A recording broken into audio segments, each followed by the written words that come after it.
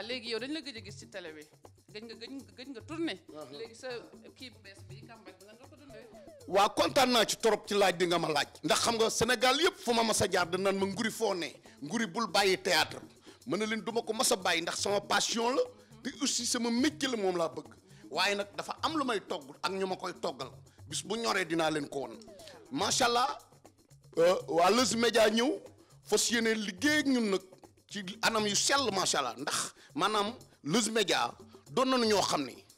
li may wax Sénégal gépp xam nañ ko artiste boo xam ne tey jaar na ci ñoom di nga yegg foo xam ne dinañ ne kii kat niveau bi mu yoroon passé na looloo tax ma doon xaar waa Leuz Média ñu ñëw ànd ak man ci teraanga Sénégal te teraanga Sénégal bi yemul ci koor gi incha allahu rabbi day continuer ci kàttanu yàlla série lay doon boo xam ne waa Leuz Média ñu nga ci toog di ci xalaat ndax ñoom équipe lañu boo xam ne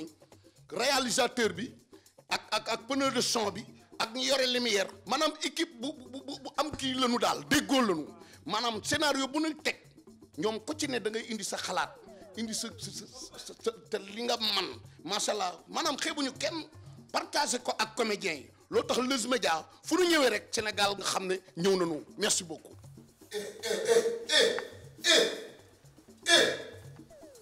wax ngay sàcc plaisir oui yow lii lan la yow non xaaral bàyyi bu ko escale bàyyi. yow xanaa xamoo kii jabaru kilifa la boo nee téer